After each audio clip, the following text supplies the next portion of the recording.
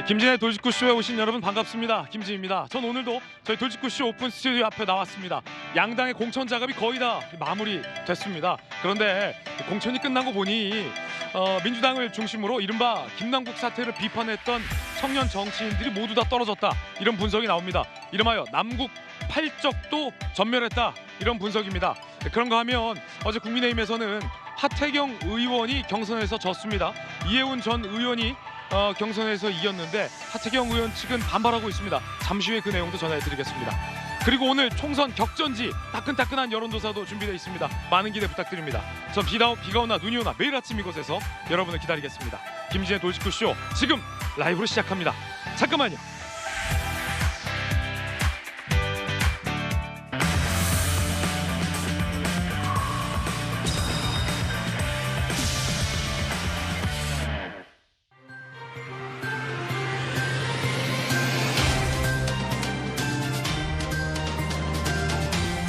신문 읽어주는 남자입니다.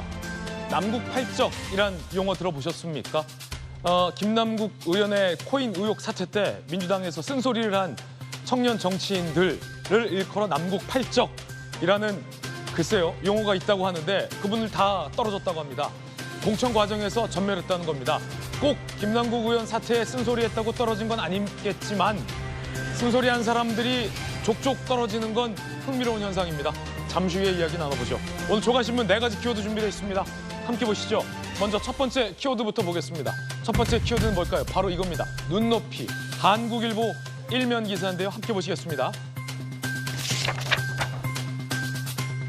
야당에서 반미 논란이 일었고 전지혜, 정영희 논란의 비례 후보들이 사퇴를 했습니다. 여당에서는 국민 눈높이에 맞지 않는 후보는 재검토해야 된다. 한동훈 비대위원장이 밝혔던 도태우 후보의 공천을 유지하기로 해서 논란이 일고 있습니다. 이어서 두 번째 키워드입니다. 두 번째 키워드는 이겁니다. 신기록, 동아일보 일면 기사입니다. 다시 보는 코인 광풍, 거래액이 코스피의 2배다. 1억 최고가를 찍자 투자금이 몰리고 있는 현상으로도 보입니다. 비트코인이 하늘 높은 줄 모르고 오른다지만 몇 해 전에 비트코인에 투자했다가 크게 손해본 투자자들의 이 쓰디쓴 교훈도 잊지 말아야 할 것 같습니다. 이어서 다음 키워드입니다. 세 번째 키워드는 올스톱, 한겨레 신문 6면 기사입니다. 의대 교수들이 이탈하겠다, 사표 내겠다 이러고 있는데 이러면 병원이 올스톱 위기다. 윤 대통령은 원칙대로 강경 원칙을 밝혔습니다. 정부가 의대 교수들에게도 진료를 떠나지 말라라고 명령을 내린 상황입니다. 이어서 다음 키워드입니다. 돌직구쇼의 네 번째 키워드는 바로 총선 해시태그입니다. 오늘은 어떤 해시태그가 준비되어 있을지 바로 보시죠. 조금 박해도 남국 팔적도 공천서 전멸, 해시태그 전멸입니다. 이른바 쓴소리를 하는 사람들이 이번 공천 과정에서 모두 다 전멸했다. 이거 사실일까요? 잠시 후에 오늘의 돌직구쇼가 선택한 총선 해시태그와 관련된 궁금증도 풀어보겠습니다. 지금까지 신문 읽어준 남자였습니다.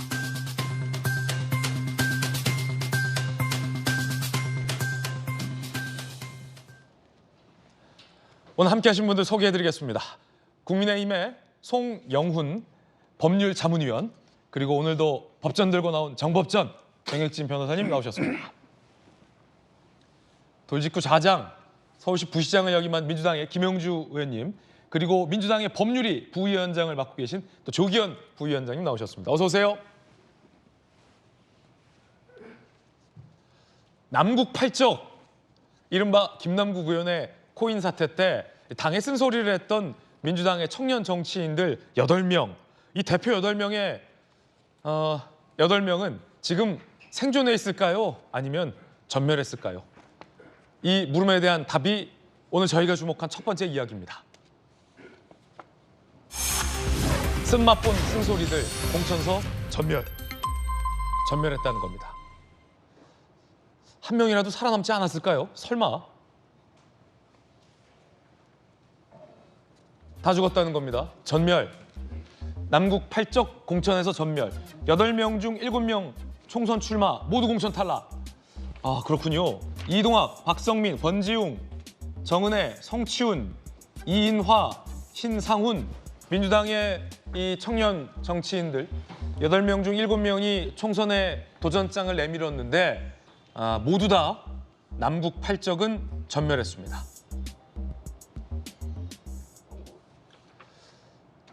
김남국 의원 사퇴 때 당에 쓴소리했다고 떨어뜨리진 않았을 겁니다.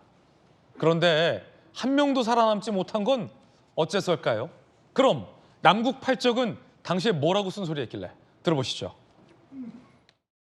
민주당 소속 국회의원 가상자산 보유 현황 전수조사를 실시하십시오. 가상화폐 논란에 대해서는 민주당이 더 엄격하게 선제적으로 대응해야 합니다. 만약 법이 시행되기 전에 김남국 의원 외에 또 다른 의혹이 불거진다면 어떻게 할 겁니까? 김남국 의원 본인의 해명이 일치하지 않는 상황이 계속해서 발생하고 있기 때문에 국민적인 의혹이 커지고 있는 상황입니다. 지금 언론 보도에서 나오고 있는 내용들이 전부 다 사실이라면 의원직 사퇴까지도 할 수 있다고 생각합니다. 다시 들어보니 민주당에서 매우 양심의 목소리를 대변했군요. 아시다시피 김남국 의원은 이재명 대표와 아주 가까운 친명계 의원이었습니다. 대표와 가까운 친명계 의원의 코인 투자 의혹에 대해서 민주당에서 당시 청년 정치인들이 소신 있는 목소리를 밝혔던 겁니다. 그런데 정말 다 떨어졌어요, 정법전? 그러게요. 지금 보니까 그 뭐 남북 8적이라고 몰랐는데 이게 아마 민주당 쪽에서 만든 그러한 그 용어인 것 같고요. 그다음에 저 남북 8적이라고 하는 사람들 갖다가 봤더니 뭐 이렇게 낯선 분들도 이렇게 익숙하지 않은 분들도 있지만 그 중에는 제가 듣기에 민주당 그쪽 사람들이 이 친구 괜찮다라고 했던 사람들이 분명히 들어 있고요. 네. 그다음에 이제 돌직구에 나온 그 권지웅 그 씨 같은 경우에는 돌직구에도 나오지 않았습니까?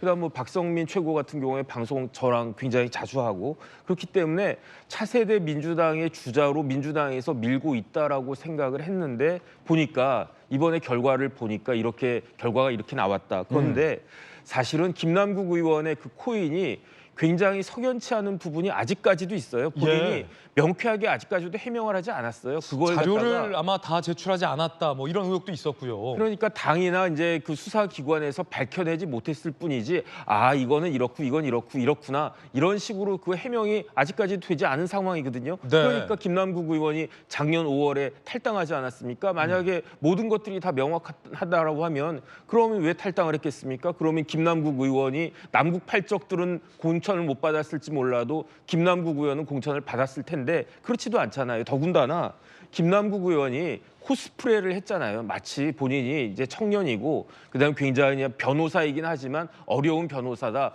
뭐 신발에 뭐 구멍도 뚫어지고 그다음에 아이스크림도 잘 못 사 먹고 그런데 김남국 의원의 재산이요. 계속 1년에 몇십 %씩 쭉쭉쭉 올라가고 그 재산조차도 실질적으로는 저보다 더 훨씬 부자 아닌가? 저는 그런 생각이 들 정도였는데 그런데 김남국 효과는 무엇이냐면요. 모든 거를 다 없애는 효과가 있는 것 같아요. 왜냐하면 남북 8적도 공천에서 전멸했지만 김남국 의원 본인도 공천 못 받지 않았습니까? 뭐 민주당 탈당을 했다 했으니까. 그다음 제가 생각해 보니까 더 웃긴 거는요. 김남국 의원이 안산 단원을 그 지역구 의원 아니겠습니까? 지역구 자체도 없어져 버렸어요.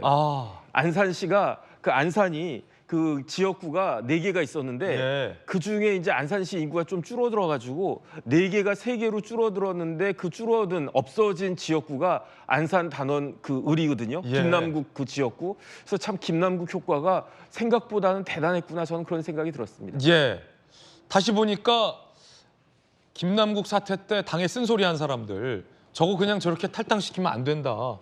본인이 소명조차 못하고 있고 앞뒤가 다르지 않느냐. 당이 책임지고 진상 조사해야 되고 처벌해야 되는 것 아니냐라는 목소리를 냈던 민주당의 청년 정치인들이 공교롭게 운명의 장난인지 우연의 일치인지 모르겠으나 공교롭게 다 떨어졌습니다. 민주당의 선배 국회의원 출신의 김영주 의원님 왜 떨어진 걸까요? 다 조금밖에도 그러고 보니까 다 전멸했네요. 뭐 어쨌든 그 이재명 대표의 시스템 공천의 결과다 그렇게 봐야 되겠습니다. 그러니까 알고리즘을 짤 때 최소한 당도 중심으로 또 실제적으로 보면 그걸 뭐 최근에 들어서는 또 어린 수박 이런 표현까지 하신다면서요. 아, 어린 수박이라는 표현까지 나온다. 네. 지금 저 남국 팔적들이 어린 수박이다.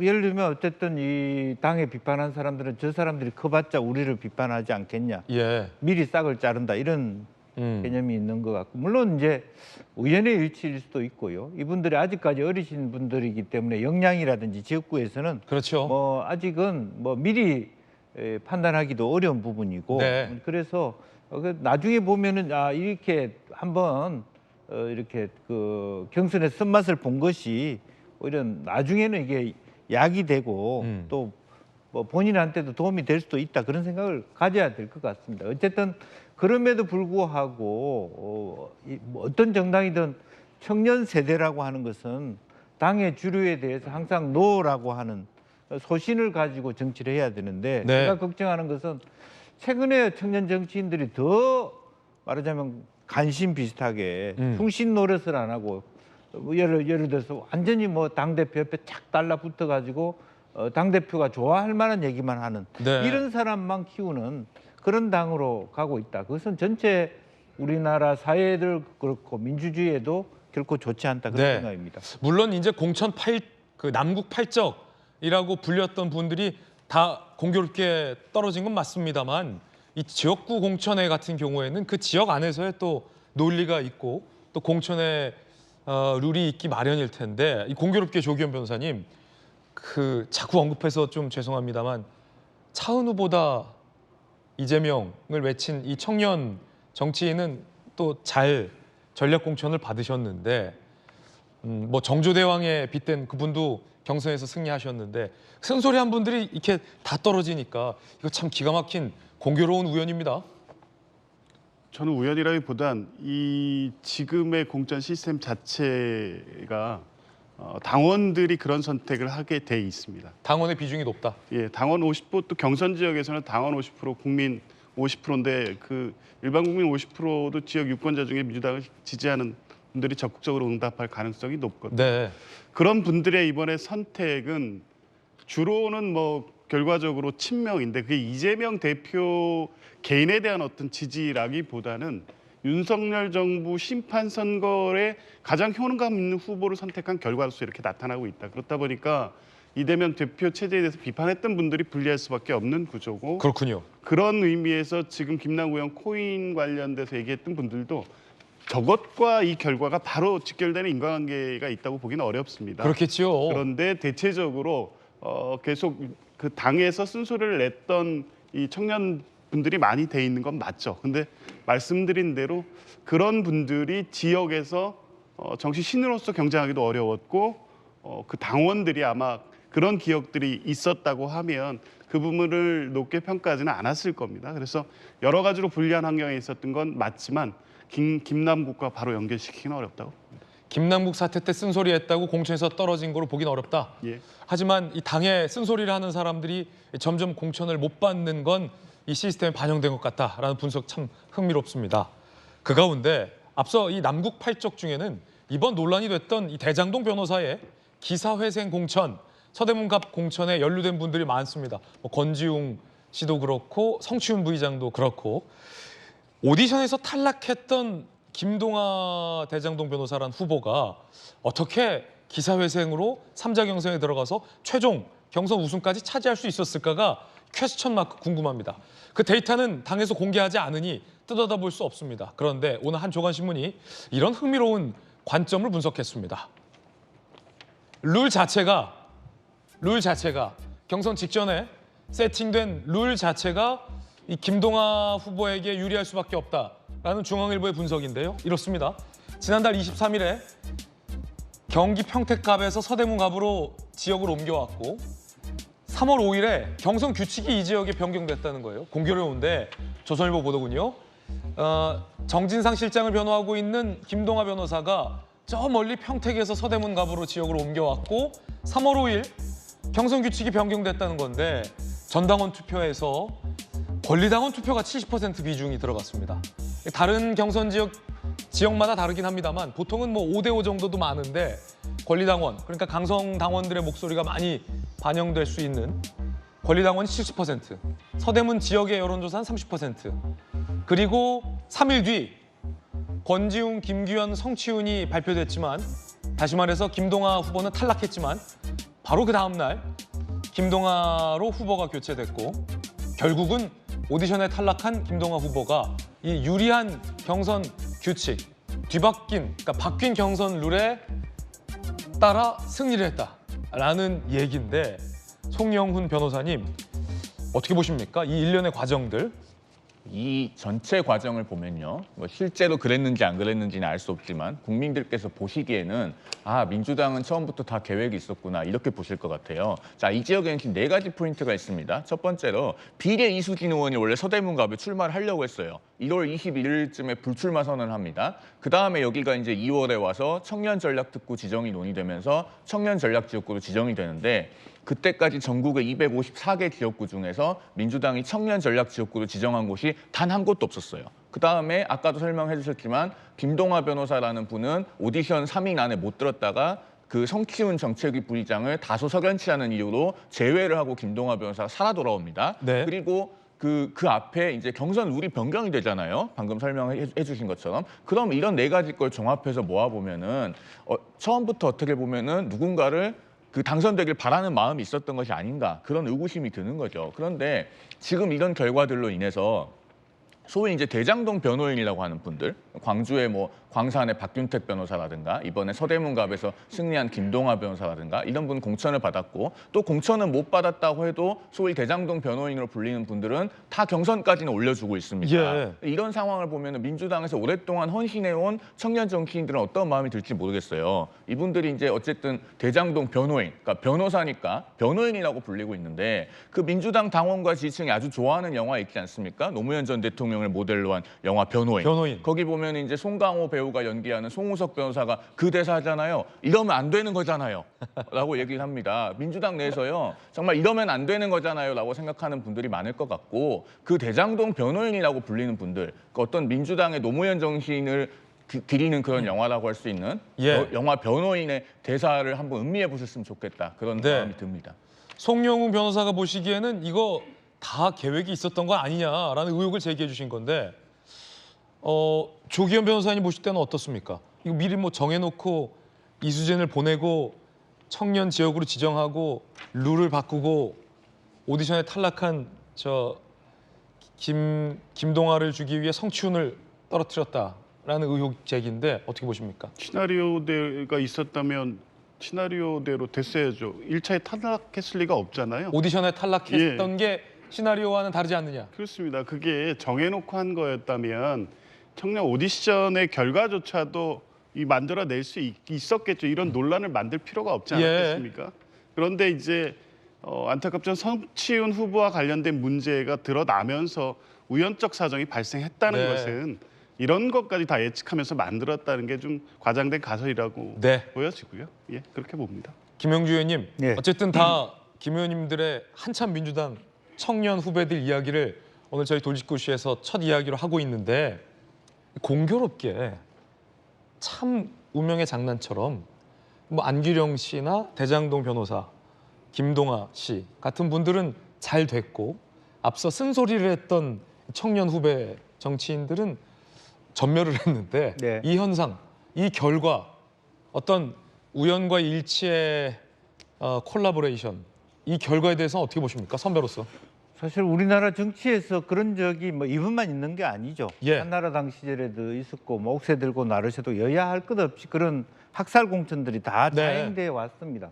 근데 시대의 흐름으로서 시대가 흘러가면서 이런 부분들이 줄어들어야 되는데 사실 2024년에 이런 일들이 그대로 드러났다는 게 가슴 아프고 그다음에 민주주의 제도라는 것은 사실은 그 모집단을 넓히면서 답을 찾아가는 과정이거든요. 예컨대 방금 우리가 봤습니다마는 서대문에다가 서대문 주민을 30% 나머지 권리당원을 70% 했다면 보다 정합성이 높은 다시 말해서 당선 가능성이 높은 사람이 후보가 돼야 된다고 봅니다. 네. 그게 민주주의를 우리가 지키는 이유입니다. 예. 많은 사람이 투표를 하면 더 당선될 가능성이 높은 사람이 될 가능인데 지금 현재 그전에 성취훈까지 갔을 때는 연세대학교 권지웅, 그다음에 김기훈 서강대학교, 성시훈 연세대학교, 서대문에서 학교를 나온 사람들이 높다고 생각해서 정리가 됐고 거기서 오디션을 한 거잖아요. 예. 그러니까 성시훈 부분을 석연치 않게 사실 여성 단체 한마디 이렇게 논평 낸 거 가지고 드러내 버리고 건국대학교 출신들이 왔는데 그러면 저 광진 가읍이나 성동을 청년 전략 지역으로 하든지 차라리. 예. 그러면 서대문에 있는 연세대학교나 서강대 출신들이 그 지역에 더 많을 텐데 이번 서대문 민주당 후보에게 투표를 하겠냐고요. 그런 부분이 저는 뭐 다른 어떤 개인의 문제를 떠나서 전체 당원들의 말하자면 투표 결과가 그렇게 나왔다는 것은 민주당 전체가 집단 지성의 정당이 아니고 집단 바보의 정당이 되고 있다. 알고리즘 자체가 바보로 만드는 그래 선거에서 지는 그런 알고리즘을 짜는 그런 의도가 뭐냐고 이재명 대표한테 묻고 싶은 거예요. 예. 지는 결과를 만드는 민주주의가 민주주의일 수 있냐 그런 질문을 하고 싶은 거예요. 네. 김영주 의원님의 또 선배 민주당 의원으로서의 개인적인 견해 또 애정어린 쓴소리 전해드리고 있습니다. 앞서 이제 조기현 법률위 부위원장님의 이 의도된 경선은 아니고 이 공천이란 것은 각 지역구마다 경쟁력을 따져서 묻는 것이기 때문에 이런 결과가 나올 수 있다라는 입장도 전해드리고 있습니다. 여러분들은 어떻게 생각하십니까? 그런가 하면 이 남국 8정만 떨어진 게 아니고요. 조금 박해도 떨어졌습니다. 물론 금은 일찍이 지난 총선에서 떨어져 나왔으니까 이 조금 박해와 관련하여 박용진 의원을 이기고 정봉주 전 의원이 경선에서 승리를 해서 본선에 진출하게 됐는데 녹색정의당이 정봉주 전 의원의 공천을 강하게 비판했습니다. 들어보시죠. 정 원장은 성추행 사건 논란 당시 혐의를 일관되게 부인하며 피해자를 향해 한치의 오차도 없이 사실을 증명하라며 호통치다가 결국 호텔 방문 사실이 본인의 내역서로 증명되어 정계를 은퇴했던 정치인입니다. 이 정도면 친명이란 이름으로 가려진 백래시 공천 참사입니다. 정봉주가 정계 은퇴까지 했던 그 일이 지금은 괜찮은 이유가 무엇입니까? 백래시 공천이다. 일종의 반발 심리를 의미하는 녹색정의당이 강하게 지금 비판을 했는데 정혁진 변호사님 어떻게 네네. 보십니까? 뭐 정봉주 후보 같은 경우는 이거 뭐 다 법적으로 끝난 일이다라며 앞서 비슷한 의혹을 제기했던 경선 상대인 박용진 의원을 향해서 자꾸 그러면 그 허위사실 유포다 이렇게 목소리 높이기도 했었는데 녹색정의당의 기준과 시각에서 봤을 때는 아닌가 봅니다.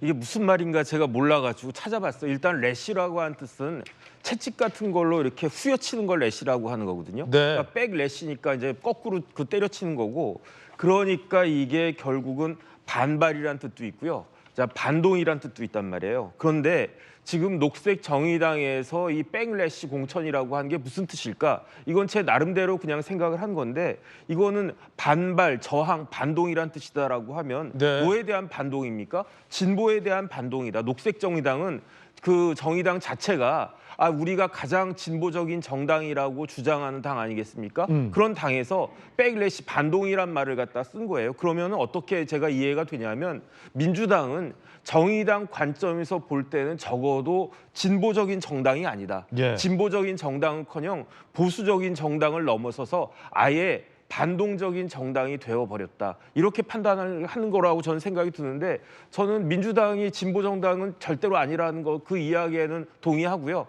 뭐 반동까지는 잘 모르겠습니다. 이 부분에 대해서 민주당에서 좀 그 아프게 새겨들을 만한 그런 부분은 있지 않을까 네. 생각이 듭니다.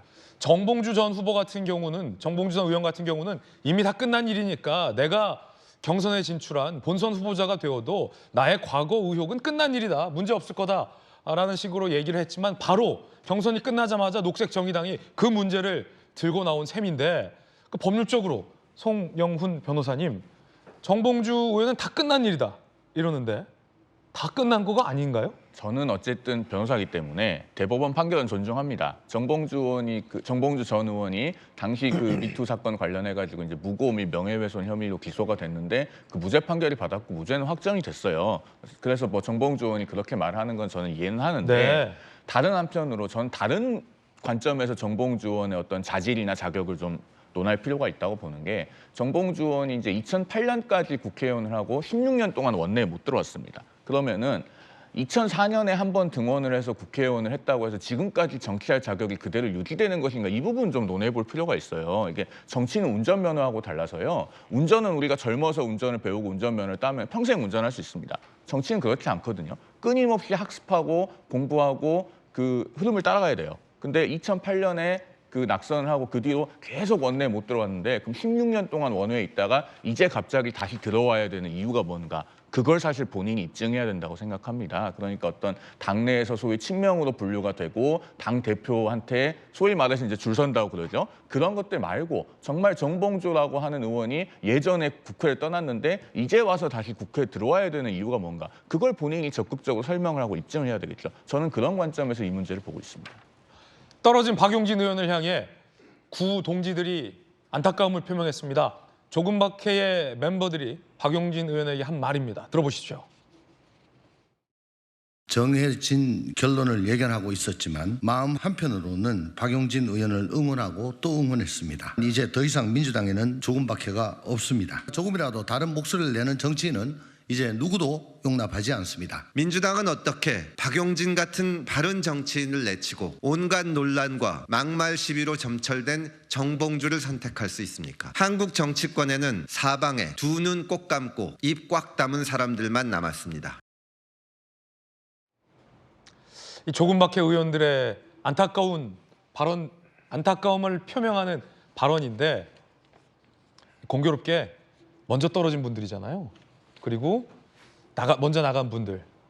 이게 순차적으로 보면 금태섭 의원이 먼저 반발해서 나가고 조홍천 의원이 반발해서 나가고 김혜영 의원이야 저기 부산에서 정치 참여를 안 하고 있고 마지막 이제 박용진 의원이 떨어진 모습을 보면서 먼저 떨어진 조금박해 동지들이 이제 민주당에는 조금박해가 없다라는 것을 선언한 건데 김영주 의원님 어떻게 보셨습니까? 네. 민주당에는 이제 조금박해가 없습니다라는 조홍천 의원의 발언. 참 안타까운 현실이죠. 그러니까 소위 비주류 또 다양성 이런 것들이 민주당이 없다는 얘기고요. 쓴소리하는 사람, 지근하는 사람들이 없고 다 어찌됐든 간에 눈 감고 이재명 대표에게 충성 맹세를 한 사람만 살아남는 이런 상황이 되어버렸다라고 하는 건데 더 무서운 것은 어쨌든 그럼에도 불구하고 지금 현재 민주당 지지자들은 분열하지 말라. 이재명 대표 체제로 윤석열 정부를 말하자면 규명하고 이겨야 된다. 그런 간절함이 또 하나 있는 것입니다. 그래서 그런 것들의 일부가 권리당원 투표나 일반 당원 투표에서 나타나고 있다는 것을 무시할 수 없는 거고 우리가 속된 말로 지지율이 깡패라고 네. 여전히 금박 이분들의 조금 이렇게 가 있는 분들에 대한 지지율은 낮은 거고 민주당 지지율은 그럼에도 불구하고 떨어지지 않고 사실은 보합세를 보내고 있습니다. 네. 그렇기 때문에 아마 박용진 의원의 선택도 그렇고 임종석 전 의원의 선택도 그렇고 많은 떨어진 의원들이 쉽게 민주당을 이탈하기 어려운 부분도 없지 않아 있지 않느냐. 다만 이번 총선의 결과에 따라서 또 하나의 어떤 당내에서의 민주주의를 확보하기 위한 다음 전당대회에서의 투쟁은 훨씬 당내 투쟁은 더 가열차리라 그렇게 보여집니다. 예. 그러고 보니 이번 서대문갑 경선에서 떨어진 아까 남국 8적에도 이름을 올렸던 성치훈 부의장이 저희 돌직구쇼에서 문재인 정부에는 그래도 조금 박해라도 있었다라고 돌직구쇼에서 논평했던 대목도 갑자기 떠오르는군요. 여당에서도 이 박용진 의원의 공천 탈락에 대해서 비판을 했습니다. 과거 이재명 대표의 이 발언을 문제 삼은 건데요. 들어보시죠. 정당의 힘은 다양성에서 나옵니다. 공정하고 합리적이고 민주적인 당 운영을 위해서 우리 박용진 후보도 공천 걱정하지 않는 그런 당 확실하게 만들겠습니다. 계파 정치로 성장하지 않은 이재명이기 때문에 통합의 정치 확실하게 해낼 수 있습니다. 이재명 대표는 당대표 경선을 치를 때 공정하고 민주적인 당 운영을 위해 박용진 후보도 공천 걱정하지 않는 당을 만들겠다고 말씀한 바 있습니다. 이제 보니 박용진 의원도 속았고 민주당원도 속았고 국민도 속았습니다. 박용진 의원도 공천 걱정하지 않는 당, 개파가 없는 당 만들겠다라고 했는데 지금 윤재욱 원내대표는 이 대표가 저 발언을 어겼다라고 했는데 개파 없어졌잖아요. 그리고 박용진 의원 이제 공천 걱정 안 해도 되잖아요. 어찌 보면 이재명 대표가 틀린 말 한 건 아니네요. 저런 게 여의도 사투리인 것 같아요. 제가 봤을 때 저런 게 여의도의 민주당 사투리 아닌가. 일반 사람들은 이재명 대표가 저렇게 이야기하면 아 적어도 박용진은 공천은 받겠네. 그다음에 이제 이재명 대표한테 이렇게 저렇게 좀 쓴소리를 갖다가 해도 괜찮겠네라고 생각을 한 거 아니겠습니까? 그다음에 그 박용진의 에피고넨들이 있어요. 그 후계자들. 그게 누구냐면 조금 전에 봤던 남국 팔적들. 아이 그 다양성 중요하다고 조금 전에 이재명 대표 이야기하지 않았습니까? 그러니까 김남국 의원 같은 사람들에 대해서 입 바른 소리를 해도 이재명 대표가 말씀하시기를 박용진 같이 이재명 대표의 그 아픈 그런 부분들을 이렇게 꼭꼭 찍어도 그래도 공천 걱정 안 하게 해주겠다라고 했으니까 나도 괜찮겠지라고 생각을 했던 거 아니겠습니까? 거기에다가 또 누가 있냐면은 그 임종석 그 전 비서실장도 그때 지방선거 지고 난 다음에 이재명 대표한테 굉장히 부끄럽다, 수치스럽다 이런 말까지 할 정도로 그 쓴소리를 갖다가 했는데 이게 다 민주당에서는 포용되고 민주당에서는 다 용광로 안에서 소화될 것이다라고 생각을 했는데 이재명 사투리는 완전히 다른 것이다. 저는 그렇게 생각이 되고요. 뭐 다양성 운운했지만 제가 봤을 때 이재명 대표가 저때 다양성 이야기했는데 지금 왜 그렇습니까? 그러면은 그때는 다양성이 중요하다고 생각을 했는데 지금은 바뀌었다 상황이. 왜 바뀌었는가? 윤석열 검찰 독재 정권을 타도하기 위해서는 지금 이런 다양성 필요 없다. 이렇게 말을 바꾼 것이 아닌가 저는 그런 생각이 드는데 이러한 그 이재명 사투리를 언제까지 우리 국민들이 들어줄 수 있는지 들어줘야 되는지 좀 지켜봐야 되는 것이 아닌가 싶습니다. 예, 물론 뭐 대표적인 면면이 이제 공천에서 고배를 마셨지만 무조건 이 대표에게 가까운 인사들이 살아남느냐 그건 또 아닙니다. 대표적인 김의겸 의원이 이번 경선에서 탈락했잖아요, 조겸 변호사님. 그렇습니다. 이제 타의 평가를 받았던 분들이 지난번에 이 체포영장 통과 시에 이 소위 말하는 그 강성 당원들로부터 이 책임이 지목됐던 분들이고 그 이전부터 쓴소리를 했던 분들이 많이 있죠. 그러니까 그 결과가 나올 수 있는 거는 이 결정을 누가 했느냐는 겁니다. 국민들이 경선을 통해서는 국민 50% 또 당원 50%가 했고요.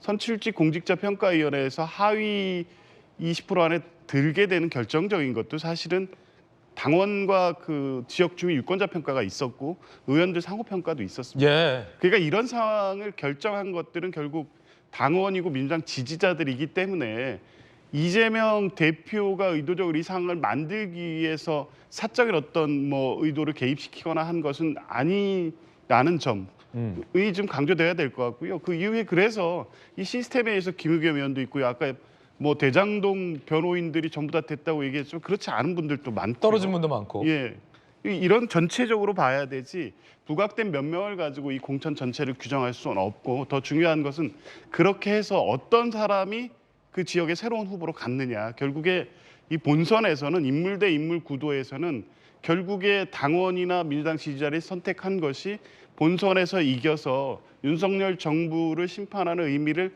만들어내라는 결정이었다. 그 의미가 이제는 드러나기 시작할 거라고 봅니다. 예, 당원의 선택이다. 송영 변호사님은요. 근데요, 일단 먼저 하나 짚어볼게. 민주당에 지금 조금 박해가 없는 건 맞아요. 이제는 조금 박해가 아니고 많이 박해받고 있어요. 예전에는 그 조응천, 박용진, 김혜영 이분들 다 공천을 받았고 조금 박해가 아니라 이제는 많이 박해받고 있죠. 리틀빗 박해가 아니라 투머치 박해다. 그렇죠. 왜냐하면 하위 10% 감산폭도 작년 11월에 20%에서 30%로 확대했잖아요. 예. 홍영표 의원 같은 경우 아예 컷오프 시켰잖아요. 뭐 정성평가 해가지고 0점 받은 분들도 여러 분 계시고 그렇게 많이 박해받고 있는 거 맞고 그다음에 이제 박용진 의원이나 또 어제 경선 결과 발표된 송갑석 의원 이런 분들이 이제 소위 비명계에서 각 지역에 마지막으로 남은 소위 마지막 입세 같은 존재였단 말입니다. 마지막 입세다. 그렇죠. 서울의 마지막 입세 박용진, 광주의 마지막 입세 송갑석 이런 분들인데 사실 이제 마지막 입세는 우리가 밤새도록 누가 그려가지고 붙여놔야지 안 떨어지는 거예요. 예. 그냥 놔두면 떨어집니다. 그래서 사실은 저는 엊그제는 어떤 생각도 해봤냐면 그래도 민주당원들이 뭔가 너무 친명일색으로 되면 안 되겠다라는 집단지성이 발휘돼서 박용진 의원이나 송갑석 의원을 그래도 밤새도록 그려서 붙여놓지 않을까. 그렇게 생각했는데 결국 떨어졌어요. 그래서 그런 집단지성이 발휘되지 않고 있다는 것이 사실 민주당이 점점 건강해지지 않고 있다는 그런 방증이고, 결국에는 이렇게 됨으로써 어떤 건물 사이에 피어난 장미, 그러니까 찐명 사이에 피어난 장미는 볼 수 없게 된 거 아닙니까? 앞으로 이제 친명 일색으로 가면은 민주당은 더더욱 다양성과 건강성이 실종된 정당이 될 것 같다, 그런 생각이 듭니다. 예. 자, 그런가 하면 여당 내에서도 경선 결과가 이제 발표되고 있는데 의외의 결과도 발표됐습니다. 중성동 을에서 하태경 의원과 이해운 전 의원이 2차 경선을 치렀는데 앞서 1차 경선에서는 하태경 의원이 굉장히 많은 선택을 받은 것으로 전해졌는데 그 결과는 하태경 의원이 떨어지고 이해운 전 의원이 이겼습니다. 하태경 의원이 어제 반발했습니다.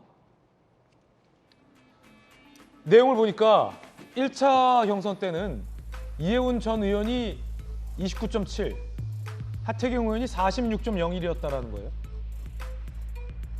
그러면 한 반올림 한다면 50대 30, 이 정도로 하태경 의원이 이겼다라는 건데 2일 후에 2차 결선 시작됐어요.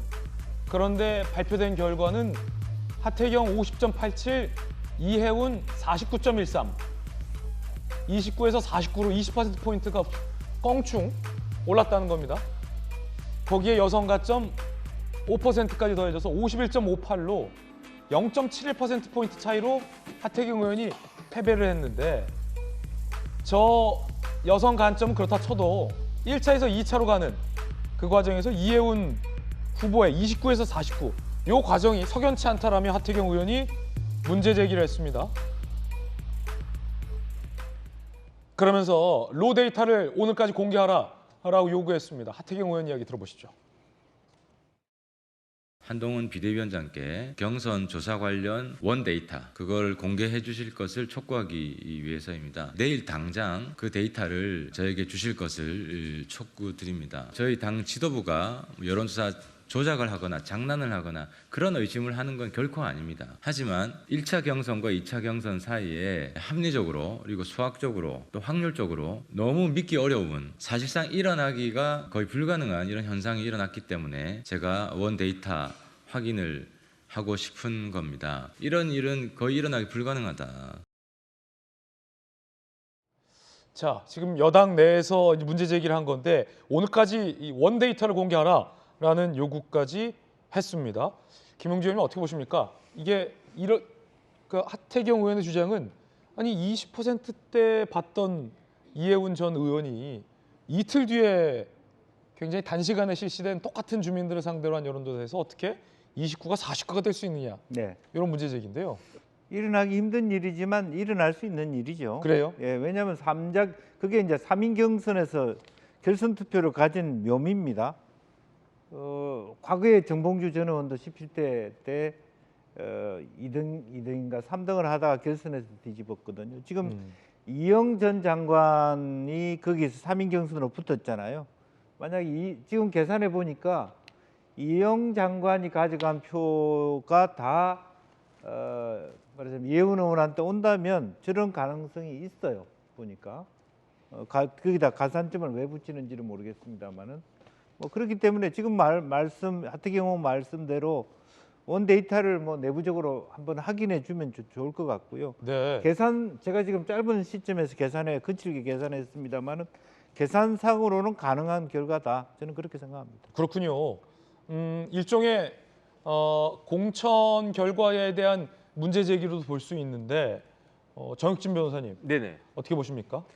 글쎄요, 지금 뭐 김영주 의원님 말씀하신 게 정답이 아닐까 싶어요. 네. 뭐 세상에 이런 일도 벌어질 수 있는 것이, 그런 것들이 이제 세상 사는 그런 것들인데, 제 생각에는 그 당에서 그 원 데이터 같은 거 그냥 밝히면 보여주면은 더 이상 의심의 여지 없이 이제 모든 것들이 다 해소가 될 것이 아닌가, 그런 생각이 드는데, 하태경 의원이 해운대에서 종로 갔다가 이제 성동까지 이렇게 계속 그 지역구를 어떻게 보면 이제 그 뭐 조금 이동한 거 아니었겠습니까? 네. 그러다가 이제 마지막에 아쉽게 정말로 뭐 1% 차이도 안 되는 그런 차이로, 만약에 여성 가점이 없었으면은 하태경 그 의원이 공천을 받았을 수도 있었는데, 그런 여러 가지 아쉬움이 있었기 때문에 저렇게 좀 그러한 그 생각의 표현이 아닌가 저는 그렇게 판단이 됩니다. 예. 자, 요거 이제 당에서는 어떤 입장입니까, 송 변호사님? 뭐 공관위가 판단을 하겠습니다만 저는 하태경 의원이 여기서 깔끔하게 승복을 하시는 게 더 큰 정치인 될 수 있는 지름길이라는 생각이 들어요. 이게 지금 우리 정치사에 보면은요, 1970년에 그 신민당 대통령 후보 경선 이때 아주 비슷한 일이 있지 않았습니까? 그때 이제 1차 투표에서 김영삼 전 대통령의 득표가 거의 절반에 육박했는데 2차에서 그 1차 2위를 했던 김대중 후보와 이철승 의원이 연합을 해서 그 김영삼 전 대통령을 극적으로 꺾고 대역전극이 일어납니다. 그런데 예. 그때는 경선을 지금처럼 무슨 전화 여론조사 이런 게 하는 게 아니고 행사장 안에서 하잖아요, 대의원들이. 그런데 그때 이제 굉장히 그 어떻게 보면 김영삼 전 대통령의 위대한 순간이라고 할 수 있었던 것이 그 경선장을 벗어나기 전에 김대중 후보의 손을 들어줍니다. 예. 깔끔하게 승복을 했거든요. 아주 멋진 장면이고 그래서 그게 영화로도 만들어지지 않았습니까? 그 킹메이커라고 영화가 있어요. 그래서 그때 김영삼 전 대통령이 깔끔하게 승복을 하고 DJ의 손을 들어줬기 때문에 나중에 김영삼 대통령이 될 수 있었던 겁니다. 하태경 의원도 부산에서 정치를 오래 하셨기 때문에 김영삼 전 대통령을 많이 존경하실 텐데 그런 역사적인 장면을 한번 좀 음미해 보십사 하는 말씀을 제가 드리고 싶습니다. 네. 자, 앞서 이제 정봉주 후보와 관련된 이야기 나눴는데 조금 전 정봉주 의원이 SNS에서 이런 입장을 올렸는데 거듭 사과를 한 겁니다. 이 건에 대한 사과는 아니고 정봉주 후보가 과거 본인의 목발 경품 발언 직후 당사자께 직접 사과드린 바 있다. 그때나 지금이나 같은 마음으로 발언에 대해서 정중히 사과드린다라고 거듭 사과했는데 마침 최근 여당에서 이 정봉주 전 의원의 이 과거 발언을 다시 문제 삼았거든요. 2017년 한 방송에서 평창 올림픽과 북한의 스키장 활용 방안에 대한 이야기를 하던 중 정봉주 후보가 당시 DMZ의 멋진 거 있잖아. 발목줄에 밟는 사람들한테 목발을 경품으로 주자라고 한 발언이 논란이 된 바 있습니다. DMZ에서 북한의 발목줄을 밟고 크게 부상을 당한 우리 군 장병을 언급한 것으로 당시에도 크게 논란이 됐었는데요.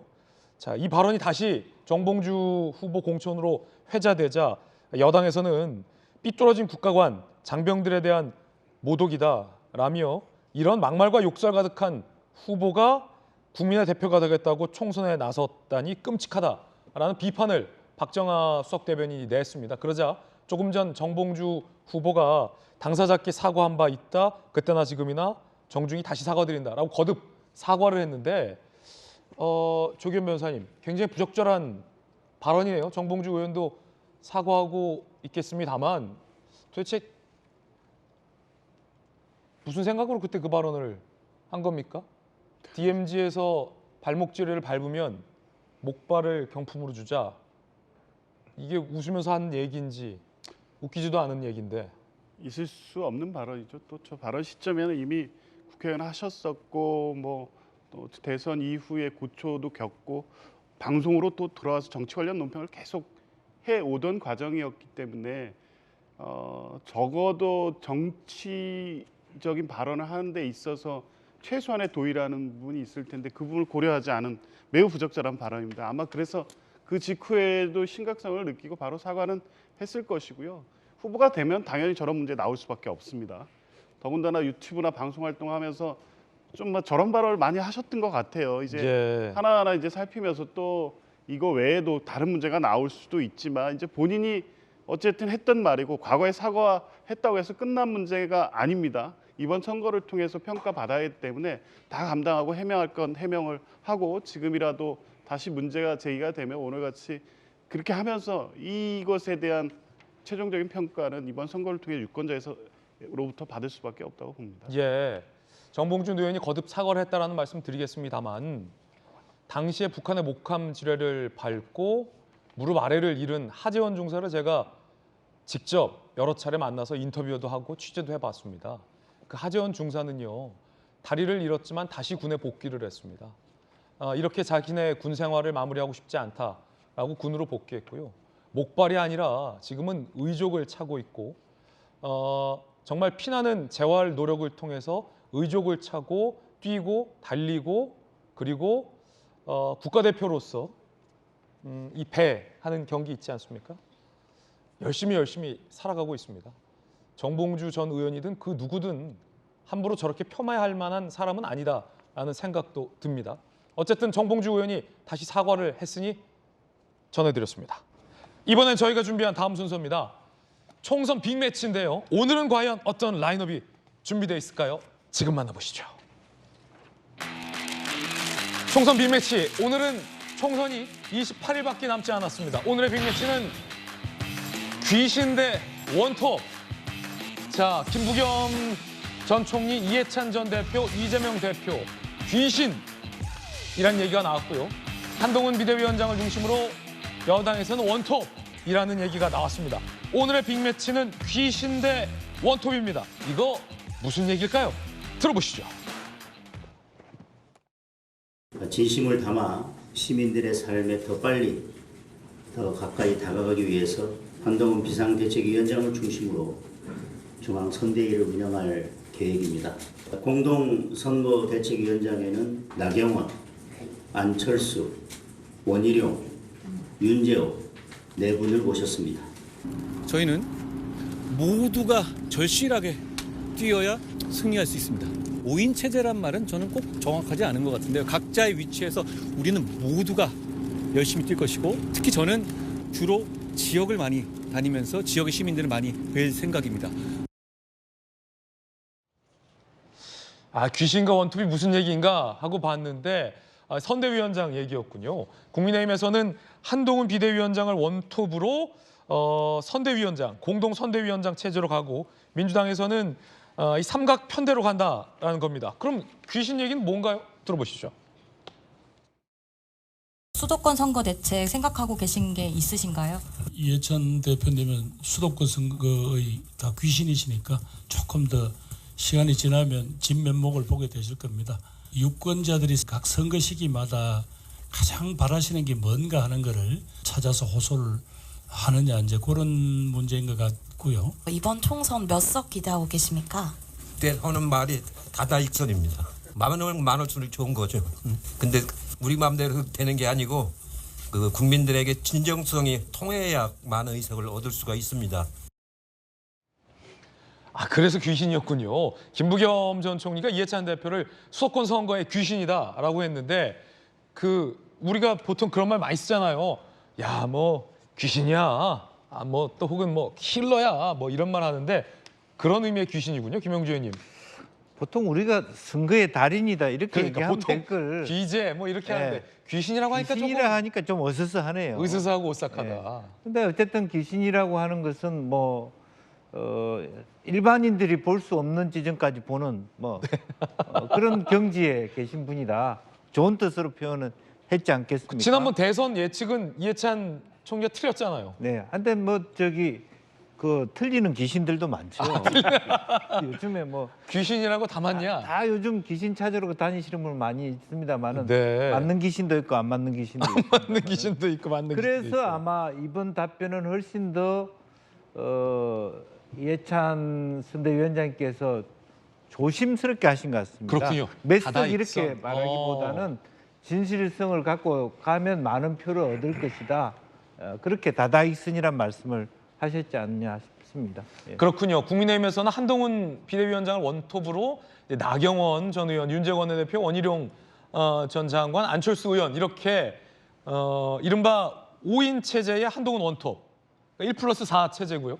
민주당에서는 이제 귀신과 김부겸 귀신으로 불리는 이해찬 전 대표와 김부겸 전 총리와 이제 이재명 대표의 어떤 삼각 편대, 트로이카 편대 전략으로 나간다라는 겁니다.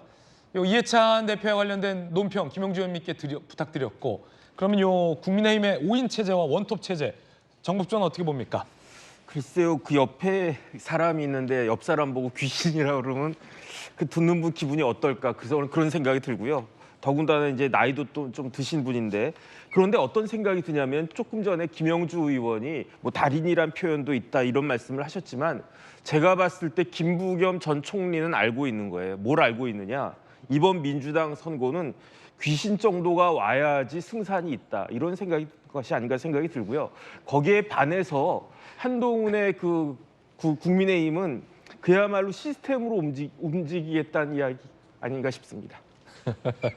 이것도 어떻게 귀신이 와야 이긴다라고 김부겸총님께서 생각하셨겠습니까? 조경 변호사님, 그렇죠? 그만큼 뭐 이해찬 대표가 백전노장이고 선거 전략의 달인이고 큰 선거를 많이 이끌었기 때문에 어떤 전략적으로 이재명 대표에게 도움이 되겠다 그런 뜻 아니겠습니까? 그럼요. 민주당 안에서도 그렇고 지지하시는 분들도 그렇고 이해찬 위원장이 자리 잡는 것만으로도 든든합니다. 예. 워낙 이 선거 전반을 지휘하신 경험도 굉장히 많으신 데다가 실제 선거 지휘를 하시면 그립감도 커서 선거 조직 전체를 움직이고 또 뭐 즉각 현안 대응이나 판단력 너무 좋으셔서 그런 전략가시죠. 그리고 또 김부겸 위원장 같은 경우에는 지금 시점에서 민주당에 필요한 것 통합과 중도 확장의 역할을 해서 전국을 누비시면서 역할을 하실 거고 이렇게 네. 세 분이 각자의 분명한 역할이 있고 그게 이번 선거에 굉장한 도움이 될 거라는 것은 분명해 보이고요. 반면에 이제 국민의힘의 원톱 체제 그리고 이제 4인 체제 4인의 선대위원장이 임명을 하셨는데 사실 그분들 수도권에 계신 분들인데 윤재원 그렇죠. 원내대표 빼고 발이 묶이실 분들입니다. 거기 다 경합지여가지고 사실은 예. 실질적인 역할을 하시기가 힘들죠. 상징적 의미가 있을 뿐입니다. 그래서 이번 선거는 한동훈 위원장 중심으로 치르겠다는 건데 지금 우려가 나오고 있는 것처럼 어쨌든 다시 윤석열 정부 심판론이 부각되는 시점에서 한동훈 위원장이 책임 있고 그에 대한 어떠한 답변도 하지 않고 있습니다. 이제 계속 이 메시지를 유지하면서 민주당 때리기, 이재명 때리기만 할 것인데 과연 한동훈 위원장 1인 체제가 지금부터 가는 본선 체제에서 윤석열 정부 심판을 이겨낼 만한 그 리더십이 발휘될 것이냐. 이것은 국민의힘 내부에서도 우려가 나올 수밖에 없는 상황이라고 봅니다. 이제 국민의힘은 분명한 전략은 한동훈 원톱 체제만큼은 분명하다라는 거고 원톱과 3인 삼각 체제. 자, 여러분들은 어떻게 보십니까? 먼저 원톱 체제에 들어선 한동훈 비대위원장 이야기부터 전해드리죠. 김영주 의원의 지원 유세를 갔습니다. 그 장면 보시죠.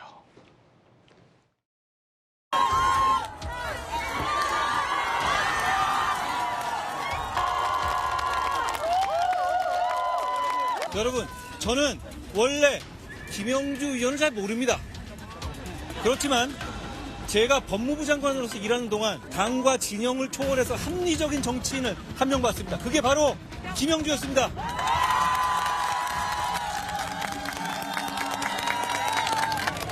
저는 김영주 의원을 우리 국민의힘으로 모시기 위해서 단 한마디만 했습니다. 우리가 잘해보자. 단 한마디 했습니다. 저희는 더 말이 필요 없었습니다. 자, 여러분, 저희를 믿어주시고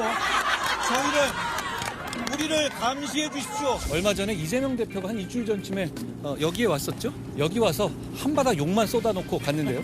그것 가지고 영등포 시민의 삶을 개선시킬 수 없습니다. 그러면서 이제 경부선인가요? 경부선을 좀 지화하겠다라며 한동훈 비대위원장이 김영주 의원의 손을 꼭 잡고 그 고가 밑에 좁은 공간을 이제 거의 이제 숙이면서 지나가는 장면도 오늘 많이 보도가 된 것 같은데 아까 한동훈 비대위원장 발언 중에 이재명 대표가 얼마 전에 여기 와서 욕만 한 바구니 하고 갔다. 이게 무슨 말입니까 이게?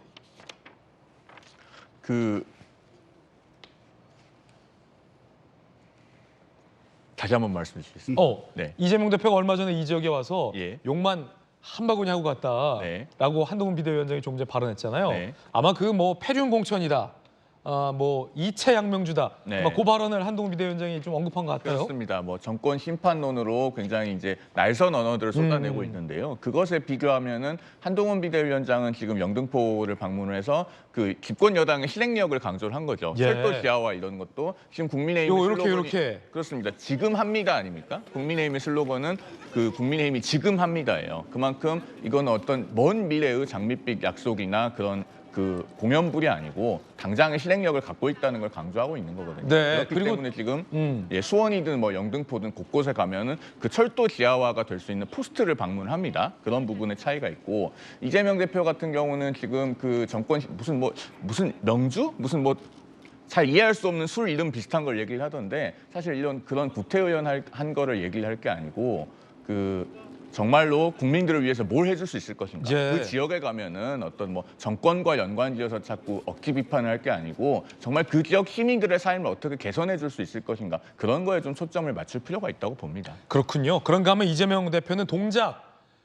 지원 유세를 갔습니다. 그런데 어제 오전 재판을 이재명 대표가 사전에 뭐 조율 없이 불출석을 했습니다. 그래서 지금 논란이기도 한데 이 선거 유세와 선거 회의를 하느라 오전에 예정된 재판을 못 나갔다라는 게 이 대표 측 설명인 것 같습니다. 그 장면 준비되어 있습니다. 보시죠. 제가 오늘 선대위 발족식 끝내고 법정으로 재판받으러 가는 길이었어요. 시간이 좀 안 맞아서 법정이 오후로 연기가 돼서 집앞으로 연기돼서 가다가 되돌아오면서 우리 요번이 생각나가지고 심판의 날 4.10 심판의 날 반드시 심판합시다. 네. 모델료는 새 겁니다. 배달 가세요? 반갑습니다. 네. 2, 3년 후고 잘 부탁드립니다. 빨리 오세요. 아 진짜요? 감사합니다. 누가 좀 찍어줘, 누가 좀 찍어줘. 아 진짜? 네, 감사합니다.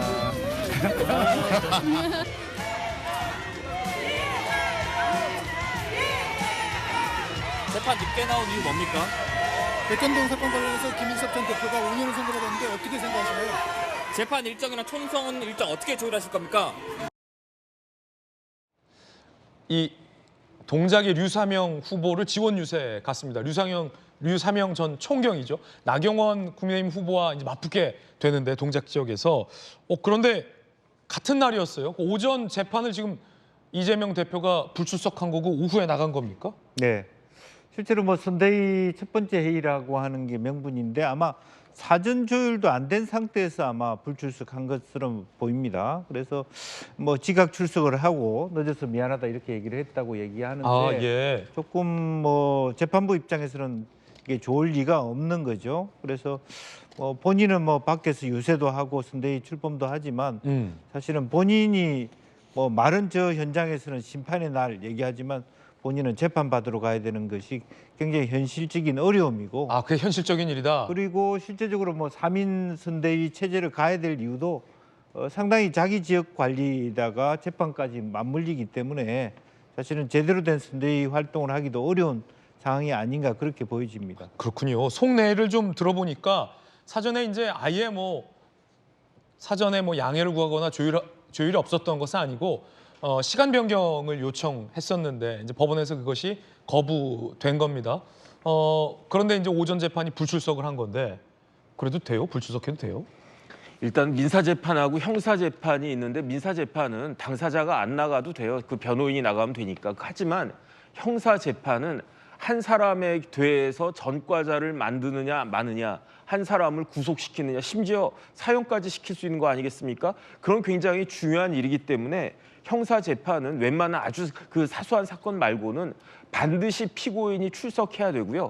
피고인의 출석은 권리이자 의무입니다. 의무이기도 하고요. 피고인이 자기가 나가가지고 판사님한테 자기의 억울함을 변소하는 것은 또 권리니까 이런 것들을 이재명 대표가 변호사인데 이걸 모르겠습니까? 누구보다도 잘 알 거고요. 그다음에 삼성의 이재용 회장이 그렇게 바쁘고 그렇게 중요한 일들이 많았어도 이 형사재판에 100번도 넘게 공판에 100번도 넘게 아마 출석을 했다 했을 거예요. 그런데 이재명 대표가 저런 식으로 뭐 선대위 그런 거 하면서 더군다나 선대위까지는 그렇다고 치고 동작에 가가지고 다른 뭐 이제 그 후보이긴 하지만 그런 모습을 갖다가 보면은 재판부 입장에서는 굉장히 불쾌했을 것이다 그런 생각이 들고요.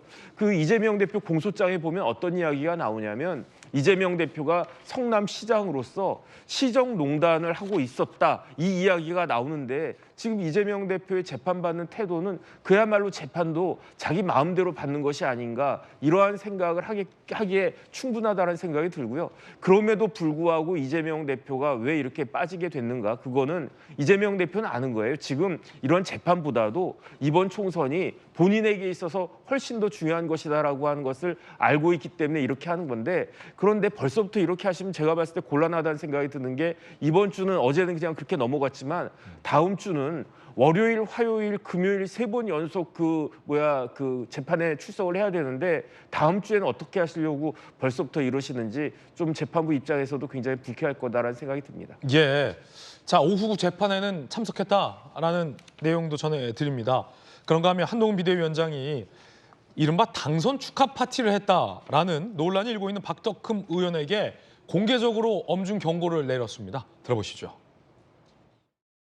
여기는 우리 모두가 국민의 사랑을 받고 선택을 받기 위해서 절실하게 뛰고 있습니다. 그런 행태를 보이면 절대로 안 됩니다. 저는 공개적으로 엄중히 경고하고 우리 누구도 그러고 있지 않잖아요.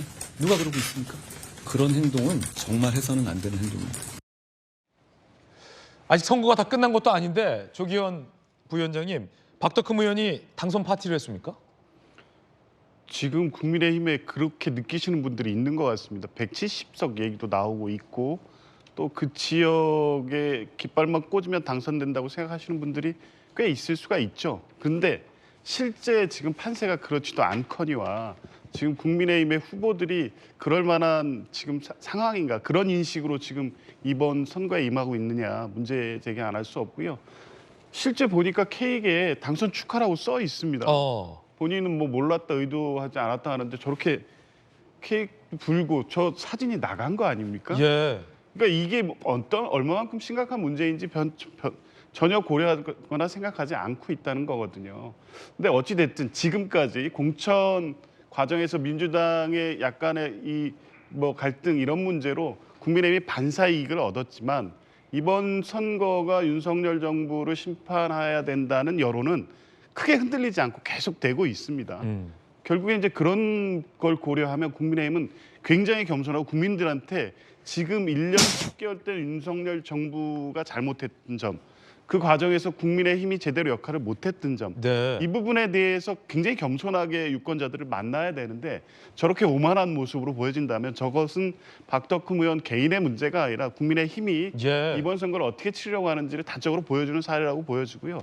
매우 부적절했고 혹시라도 선거법 위반의 소지가 없는지까지 살펴봐야 된다고 봅니다. 그렇군요. 한동훈 비대위원장이 따끔하게 엄중 경고를, 공개 경고를 잘한 셈이군요. 그렇습니다. 엄중 경고를 했기 때문에 이제 저런 일은 반복되지 않을 걸로 보이고요. 사실 여야를 막론하고 저런 행동을 하는 것은 자기 지역 유권자를 심하게 무시하는 거죠. 사실은 이제 그 각 당의 안방이라고 하는 지역에서 어떤 일이 있냐면 최근에도 광주에서 그런 일이 있었는데 경선을 승리를 하고 나서 광주 지역의 모 캠프가요. 캠프 문을 닫았어요. 그 캠프 앞에다가 3월 1일부터 3월 3일까지 쉽니다 하고 비상연락처만 적어놓은 그 사진이 SNS에 대거 유포가 됐거든요. 그러니까 그런 거는 정말로 여기는 당선은 따놓은 당상이다 이런 거잖아요. 그것도 굉장히 그 지역 유권자들께서 불쾌하게 느끼셨을 거라고 생각이 되는데 정말로 박덕흠 의원도 저거 정말 잘못한 거고요. 여야를 막론하고 선거는 끝까지 겸손한 마음으로 고개를 숙이면서 해야 됩니다. 이런 일 다시는 반복되지 않기를 바라고 한동훈 비대위원장이 엄중 경고한 거 정말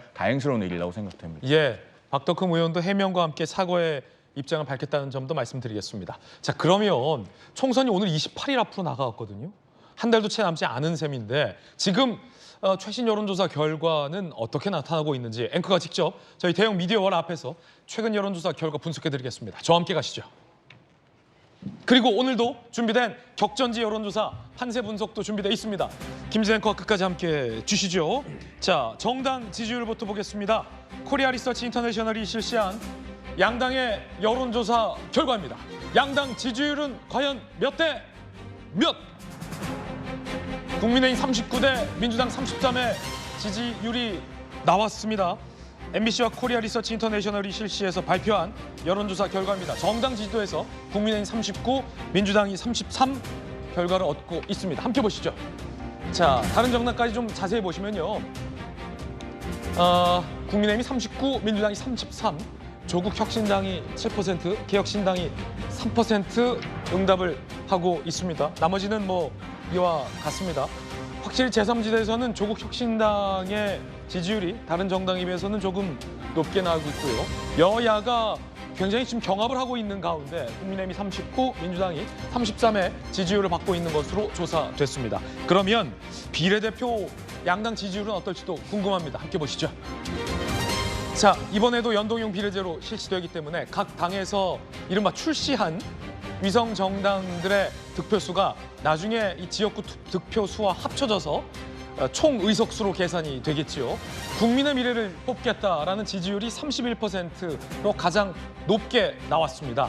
민주당이 이번에 발표한 위성정당이죠. 더불어민주연합은 21%로 10%포인트가량 차이가 났습니다. 그런데 조국혁신당이 이 조사에서 15%로 응답이 나왔습니다.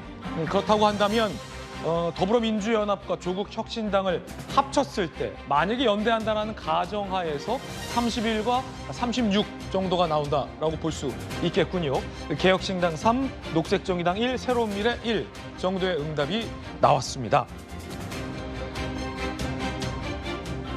자, 그러면 지역구는 이 정당을 찍겠다라고 답변한 사람 중에서 비례대표도 이 정당을 찍을 겁니까? 라는 걸 볼 수 있는 그래프입니다. 저희가 도넛 그래프를 준비했습니다. 도넛 모양이라 도넛 그래프는 이 분포 비중을 보기에 참 적절합니다. 국민의힘 경우에는 나는 국민의힘을 찍기 때문에 당연히 비례정당도 국민의 미래를 찍겠다라는 응답이 압도적으로 많았습니다. 77%가 지역구도 국민의힘, 비례도 국민의 미래를 찍겠다라고 응답을 했습니다. 자, 그러면 민주당은 과연 어떨까요? 지역구는 민주당을 찍겠지만 나 비례는 민주연합 안 찍을래 라는 응답이 상대적으로 많습니다. 무려 33%가 나는 저 더불어민주연합 안 찍을 거야. 차라리 조국을 찍겠다라고 응답을 했습니다. 나 지역구는 민주당 투표할게요 라는 민주당 지지자 중에서 절반 정도만 민주비례연합 찍겠다라고 응답한 셈이 된 겁니다. 이렇게 되면요. 일단 대전제, 김용주 의원님. 네. 조국혁신당이 지금은 나는 민주당과 함께합니다라고 하지만 조국 대표 입장에서 자세히 좀 보다가 어차피 지금 이 그래프를 보면 민주당 지지자를 비례정당으로 조국 정당이 지금 뺏어오는 형국이잖아요. 자세히 보다가 나중에 총선 판세와 결과를 보고서 민주당으로 조국혁신당이 합당한다? 혹은 민주당으로 들어간다? 이런 지금 보장이 없지 않습니까? 그렇죠. 그러면 조국혁신당은 민주당과 연대하는 원팀으로 장담할 수 있는 겁니까? 장담할 수 없죠. 그리고 지금 현재 그 새로운 미래조차도 뭐 어떻게 마지막에 조금 몸집을 키울지 모르겠습니다만은 민주당과의 합당보다는 조국혁신당과의 합당, 그리고 또 전주 쪽에 민생당이라고 있습니다.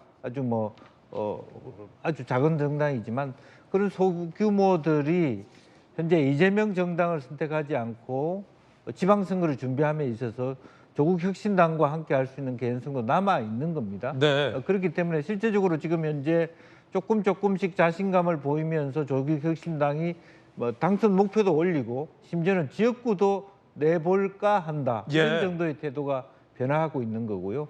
또 본인들은 망치선이라고 했는데 그 선명성이 상당히 통한다라고 하는 느낌들을 갖고 있거든요. 그래서 다만 큰 틀에서 보면 이게 합당이 아닌 상태에서 반윤 연대가 가능하기 때문에 그대로 틀을 유지하면서도 큰 포션에서는 야당은 크지만 민주당은 좀 더 줄어들 수 있는 그런 개연성도 있는 거 아닌가 그렇게 봅니다. 그렇군요. 김용주 의원님 설명을 듣자 보면 나중에 개표를 했을 때 그리고 총선의 승패를 따질 때 비례정당 의석수를 계산할 때 민주당의 지역구 의석수와 민주당의 민주비례연합으로 당선되는 비례의원 수를 계산해서 합쳐야지 조국혁신당으로 당선된 의원의 의석수까지 민주당으로 합치는 건 무리가 있겠군요. 그렇습니다. 이제 그거는 뭐 결과적으로 결산을 할 때는 다른 당대당으로 할 텐데 그렇군요. 여기서 지금 보면 거의 국민의힘이면 병립형인과 다름없습니다. 이준석 신당이 가져가는 게 많이 가져봤자 1석밖에 안 될 부분이기 때문에 46석 중에 절반 보수라면 23개 의석 중에 22개를 국민의힘이 가져갈 가능성이 매우 높습니다. 20개 정도. 민주당이 가져갈 의석은 한 6개, 7개밖에 안 되기 때문에 기본적으로 비례 의석도 이 기준으로 보면 실제로 13개 의석이 국민의힘이 더 많이 가질 가능성이 있다. 그렇게 보여집니다. 현재 여론조사에 가정한 계산치다라는 그렇죠. 말씀 드리겠습니다. 한 달여 앞으로 다가왔기 때문에 총선을 앞두고 어떻게 바뀔지 모른다는 말씀도 드리겠습니다. 격전지 좀 살펴보겠습니다. 이번엔 서울 동작을 나경원 후보와 류상용 후보가 맞붙습니다. 동작을의 여론조사 결과입니다. 국민의힘 나경원 후보가 50%, 민주당의 류삼영 후보, 조금 전 이재명 대표가 지원 유세하는 장면 보셨는데요. 류삼영 후보는 37%로 나경원 후보가 동작을에서 앞서고 있는 것으로 나타났습니다. 정혁진 변호사님, 네네. 이 동작을은 재밌는 게 민주당의 현역 의원은 이수진 의원이에요. 비례 이수진 의원 말고. 그런데 현역 이수진 의원이 이른바 컷오프 됐고 탈당하겠다라고 선언까지 했고 류삼영 후보가 공천이 됐는데 나경원 후보가 앞서군요. 어떻게 보십니까? 제가 봤을 때 이수진 의원이 컷오프가 될 수 있다라고는 생각을 했는데 그런데 이수진 의원을 컷오프 시키고 류삼영 그 총경을 후보를 거기에다가 그 공천하는 것은 제가 봤을 때 도저히 이해가 안 되고요. 그다음에 이제 동작구 주민들 입장에서 보면은 특히 민주당 지지자들 입장에서 보면요. 황당하다라고 생각이 들 거예요. 아무런 유삼영 총경이 아무런 연고가 없어요. 하다못해 동작 경찰서장도 안 해본 사람인데 그냥 낙하산으로 그렇게 딱 꽂혀졌는데 그런데 상대는 누굽니까? 나경원 그 후보가 지난번에 이수진 의원한테 나경원 대표가 패배한 것도 굉장히 의외라고 생각을 했거든요. 그렇기 때문에 나경원 의원이 지난 4년 동안에 진짜 절치부심 굉장히 지역구 활동을 열심히 했는데 그럼에도 그러니까 뭐 추미애 그 대표도 넣어보고 누구도 넣어보고 여러 명 넣어봤다는 이야기 아니겠습니까? 이런 게 어떤 시그널로 비춰지냐면요. 아 이번에는 그 민주당에서 동작을은 그냥 포기했나 보다 이런 생각이 드는 것이 아닌가 저는 그런 생각이 들고요. 물론 이제 앞으로 한 달 조금 안 남았지만 그 기간 동안에 어떤 일이 일어날지 모르겠고 그다음에 유삼영 후보가 얼마나 열심히 해서 동작 구민들의 마음을 살지는 모르겠지만 현실적인 한계는 분명히 있는 것 같다. 그것이 저 수치로 보여진다. 저는 그렇게 판단됩니다. 예, 물론 꼭 지역에 연고가 있어야만 총선에서 이기는 것은 아니다라는 말씀도 드리겠습니다. 정혁진 변호사님의 개인적인 견해 전해드렸고요. 나경원 후보와 류삼영 후보의 이야기 준비되어 있습니다. 들어보시죠. 제가 이번에 3개 후보 결정하는 것을 보면서 너무했다 이런 생각이 들었습니다. 소중한 동작을 지역이 권력자의 전리품처럼 되어버렸습니다. 뜬금없는 공천에 민주당 당원들도 상처를 입었습니다. 이재명 대표의 숙청 공천 때문에 완전히 무너지고 있습니다. 동작의 발전은 물론 대한민국의 발전을 위해서 나경원 다시 시작하겠습니다, 여러분. 지금 정권 심판에 대한 주민들의 요구도 크지만 상대 후보의 비호감 때문에 저를 지지하고 제 승리를 기원하는 분들이 많습니다. 동작을 위한 정치인이었으면 동작이 이렇지 않을 거라고 생각을 하고요. 그분은 원래 중구를 지역구로 하시다가 보궐선거를 위해서 여기 동작을에 왔었고 동작을 낙선하시자 다시 용산에 주소를 옮겨서 용산 출마를 기웃거리신 분입니다. 자, 이번엔 경기 성남 분당 갑입니다. 안철수 의원이 47%, 이광재 후보가 39%의 지지율이 나왔습니다. 그리고 성남 분당 을로 가보겠습니다. 동아일보가 실시한 격전지 여론조사 결과 김은혜 후보가 42.1%, 그리고 김병욱 후보가 43.6%로 오차범위 내 접전을 펼치고 있습니다. 두 후보의 이야기 준비되어 있습니다. 들어보시겠습니다. 열심히 하시죠. 그런데 재건축 그렇게 중요하다면서 지난 8년 동안 왜 하나도 안 하셨나요? 그래서 제가 재건축을 할 수 있는 진짜 후보로 김은혜가 나선 겁니다. 윤석열 대통령을 가장 가까이 모신 핵심 참모입니다. 낮은 지지율의 원인이 어디 있는지 참모들은 반성과 책임지는 자세가 필요하다고 다시 국회의원에 출마한다는 것은 국민들이 납득하기가 어려울 것으로 생각합니다. 네, 이번엔 저희가 준비한 다음 이야기입니다. 조국 혁신당 이야기도 앞서 많은 패널들 사이에서 나왔는데 조국 대표가 비례 순번 2번이 유력하다 이런 분석도 나왔습니다. 그 이야기 지금 시작하겠습니다. 대표인데 굉장히 앞번호 비례가 유력하다는 얘기인데요. 조국 전 장관의 국회 입성이 현실화되느냐 많은 언론들은 이 포인트에 맞추고 있습니다. 비례 후보 순번이 확정된다는데 비례 1번엔 여성 후보가 배정될 것 같고 비례 2번에는 조국 대표가 유력하다는 얘기가 나옵니다. 현 지지율대로라면 2심에서도 유죄가 나온 조국 대표가 국회에 입성할 것이다. 뭐 이런 전망도 나오고 있습니다. 신조어까지 등장했다고 합니다. 지민비조라는 건데 지민비조가 뭐죠? 지역구는 민주당, 비례는 조국당 찍자.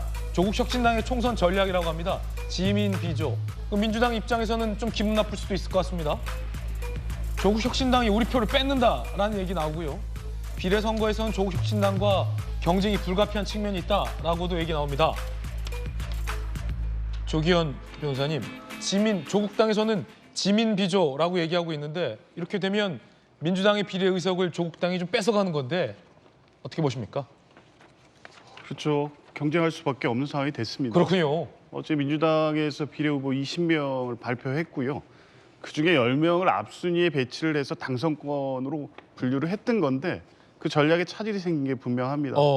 지금 나오고 있는 판세 지지율로 봤을 때는 아까 김영주 의원님 말씀대로 실제 그 추천된 시민사회 진보당 새진보연합을 제외하고 민주당이 갖고 올 수 있는 의석수가 10석 아래로 확 줄어들고 있는 거거든요. 10석이 안정권, 당선권이 아닐 수 있다? 그렇죠. 지금 그 상황이 돼버려서 실제 이것은 물론 큰 틀에서 아까 말씀하신 대로 검찰개혁이라든가 뭐 윤석열 정부 심판이라는 공동의 어떤 연합이라면 그 자체는 의미가 있지만 결국에 총선 결과를 평가할 때는 단독 과반이 되느냐 그게 아니라도 누가 일당이냐 이거로 선거의 승패를 갈릴 수밖에 없기 때문에 그렇군요.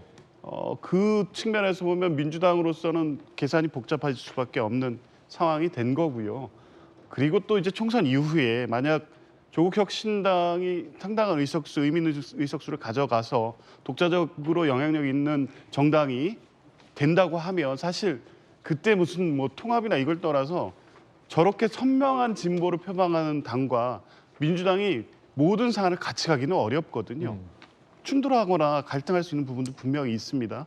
이제 지지자들은 그런 것들을 하나로 봤을 때 소위 말하는 지민 비조 같은 형식을 통해도 이 윤석열 정부를 심판한 취지에 맞기 때문에 그런 전략적 선택을 할 가능성은 높지만 민주당으로서는 당초의 선거 전략을 수정할 수밖에 없는 상황이 된 것 같습니다. 그렇군요. 국민의힘에서는 이런 공보물을 냈습니다. 함께 보시죠. 국민의힘이 만든 겁니다. 조국혁신당은 더불어범죄연합당이다 라며 이재명 대표의 재판 진행 중 조국 대표의 2심 유죄와 재판 진행 중 사법 리스크로 하나다 더불어범죄연합이다 라며 국민의힘에서는 비판을 했습니다. 조국 대표가 지지율이 오르고 있어서 힘을 받았던 걸까요? 개원 즉시 한동훈 특검법을 발의하겠다라고 나섰습니다. 들어보시죠. 조국혁신당은 22대 국회 첫 번째 행동으로 한동훈 특검법을 발의하겠습니다. 한동훈 대표에 대한 특검 사유는 차고도 넘칩니다. 정치검찰의 고발 사주 의혹, 윤석열 검찰총장 징계 관련 의혹, 딸 논문 대필 의혹 사건 규명을 위한 특별검사의 임명 등에 관한 법률 발의하고자 합니다. 대법원은 그 판결을 기다리고 있는데 무죄 판결이 나올 경우에는 그 이후에 대처는 어떻게 하실 생각이십니까? 대법원 판결이 언제 어떻게 나올지는 저는 알 수가 없습니다. 그렇지만 그 순간까지 저는 지구가 망해도 내일 멸망해도 사과나무를 심는다는 마음으로 그 4월 총선에 임할 것이고 그 뒤도 마찬가지일 것입니다. 한동훈 특검법을 발의하겠다라고 했고요. 당선되고 나서 만약에 대법원에서 유죄 나오면 어떡할 거냐라는 기자의 질문에 대해서 지구가 망해도 사과나무를 심겠다라고 했습니다. 지구가 왜 망합니까? 지구가 뭐 망할 수도 있겠죠. 그런데 지구가 그때 망해요. 사과나무를 심을 만한 여유가 있을지는 모르겠고 예. 조국 대표가 마음이 급해요. 지금 지지율만 보면 조금 전에 조기현 변호사님 말씀하신 것처럼 제가 봤을 때도 10석까지 가능하다라는 지금 예상이 나오고 있지 않습니까? 조국당이. 그런데 조국 대표가 지금 8번도 아니고 6번도 아니고 2번을 꼭 받아야 되겠다. 그만큼 마음이 급하다라는 그런 뜻이 아닐까 싶고요. 이것이 조국이다. 저는 그런 생각이 듭니다. 그래가지고 조금 전에 이야기 나왔지만은 뭐 지민 비조 그랬는데 전 처음에 조민 비조인 줄 알았어요. 예. 조민 씨가 날아가는 새처럼 헐헐 날아가겠다. 이제부터는 자유롭게 날아가겠다. 그런 말인 줄 알았는데 알고 봤더니 지역구는 민주당, 그다음에 비례는 조국당. 이 이야기였다는 거 아니겠습니까? 그런데 여당 입장에서는요. 지금 당선 축하 계획 자르고 이럴 때가 아니에요. 왜냐하면은 물론 이제 박덕흠 의원이나 이런 분들은 자신이 있겠지만 지금 여당 입장에 이렇게 만만치 않다라는 생각이 드는 게 제 생각에 지난번에 최병천 소장님 나와가지고 뭐라고 얘기했습니까? 야당은 크게 셋으로 구성이 되어 있는데 친명, 친문 그리고 호남이다. 그런데 민주당은 친명이고요. 그다음에 조국당은 친문 플러스 호남이다. 그런데 이 조국당하고 그 민주당을 합한 그 비율이 우리가 조금 전에 봤지만 지역구에서도 더 높고요. 비례도 더 많아요. 비례는 오히려 더 많고 이렇게 되면 결론적으로 어떻게 되느냐. 여소야대가 또 일어날 수가 있겠다. 그런 생각이 들고 그렇게 되면은 지금 조국 대표가 뭐라고 그랬습니까? 본인 2번이니까 무조건 되겠죠. 무조건 되면은 어떻게 하겠다? 한동훈 특검법을 발의하겠다. 발의하는 건 쉬운데 이것이 통과될지 여부는 의석수가 여소야대냐 여대 야소냐에 따라서 달라질 텐데 만약에 여소야대가 된다라고 하면 한동훈 특검법이 또 이제 그 통과가 돼가지고 대통령이 또 거부권 행사하는 그런 모습이 우리 정치에 또 나타나면 어떻게 하나 저는 그런 걱정이 돼가지고요. 그러니까 우리 유권자들이 잘 생각을 해야 되지 않는가 저는 그런 생각이 듭니다. 예, 물론 이제 조국정당에서 조국혁신당에서 조국 대표가 비례 순번 2번을 확정한 것은 아닙니다. 나중에 비례 순번이 발표되면 어떻게 될지 좀 지켜봐야 되는데 이 비례 2번이 갖고 있는 의미가 뭐예요? 왜 예전에 그 공당의 대표가 이제 비례 2번 순위를 하자 뭐 셀프다 아니다 뭐 이런 논란도 있었잖아요. 뭐 김종인 비대위원장이 그렇게 말씀하셨죠. 뭐 당당히 요구하는데 그건 전략의 차이일 수 있습니다. 옛날에 그야말로 총재 시절에는 보통 그 총재들이 24번 뭐 이렇게 했죠. 거의 막바지. 배수진. 예, 배수진. 지금 배수진을 치면 조국 혁신당은 8번이나 10번을 조국 말하자면 당 대표가 받아야 되는데 네. 매우 솔직한 것 같아요. 나는 돼야겠다. 예. 지금 내가 8번 받아갖고 후달려서 선거운동을 할 수가 없다. 얘기하는 거고요. 내심 어떤 속내가 그럴 것이다라는 추정. 그래서 차라리 그럴 바에 더 솔직하게 김종인 위원장 하듯이 나 2번 할게. 뭐 그리고 그 2번 하는 것 자체나 8번 하는 것 자체나 결과적으로 우리 당에 올 사람은 정해져 있다는 거고. 네. 그다음에 이번에 아마 조국 혁신당의 비례대표 신청은 대박 날 거예요. 왜냐하면 신청자가 뭐 100여 명이 넘다 뭐 이런 보도도 있었는데요. 왜 그러냐 하면 지금 후순위로 11번, 12번도 다음에 될 가능성이 많거든. 감옥 가면 그 후순위가 받잖아요. 아 비례는 네. 감옥에 가게 될 경우 그러니까 의원직이 상실될 경우에는 예컨대 2번 다음 조국, 순번으로 가니까 4번 항우나 예. 한 두세 번 넉넉히 그 뒤에서 이번에는 안 되더라도 차례로 받을 수가 있고 국회의원이라고 하는 단 하루만 해도 국회의원입니다. 이제 그런 부분들도 다소 제가 우스갯소리지만 상이 그렇다는 거예요. 예. 그리고 뭐 그런 부분에 대해서 지금 현재 뭐 8석이 나올지 안 나올지 모르는 정당에서 8번 건다는 게 그것도 또 가사롭게 느낄 수 있는 거라서 오히려 차라리 2번을 하겠다는 것은 아직 결과적으로 나온 얘기는 아니지만 또 애매하게 뭐 4번 하는 것도 더 웃기잖아요. 그러니까 그냥 그런 신경을 안 쓰고 그냥 가겠다 그런 뜻인 것 같아요. 물론 이제 김영주 의원의 발언 중에 감옥 갈지 모른다라는 얘기는 이 2심에서 유죄 선고를 받았고 1심에서 유죄 선고를 받은 조국 전 장관과 황운하 의원을 말씀하시는 것이겠지만 아직 뭐 3심과 2심 결과가 어떻게 될지 모른다라는 말씀 드리겠습니다. 그리고 대한민국에서는 이 3심까지는 무죄 추정의 원칙이 있다라는 말씀도 드리겠습니다. 그런데 조 전 장관은 1, 2심 모두 유죄를 받았으니 50대 50 확률 아니겠습니까? 적어도 그건 어떻게 될지 모르겠군요. 광고 보고 오겠습니다. 예, 오늘 저희가 준비한 순서 모두 다 전해드렸습니다. 지금부터는 김진의 돌직구쇼 유튜브 계정에서만 시청할 수 있는 김진의 더 라방 시작됩니다. 김영주 의원님, 정혁진 변호사님 두 분 모시고 못다한 이야기 이어가겠습니다. 많은 관심 부탁드립니다. 오늘 하루는 분명 어제보다 나을 겁니다. 좋은 하루 되십시오. 고맙습니다.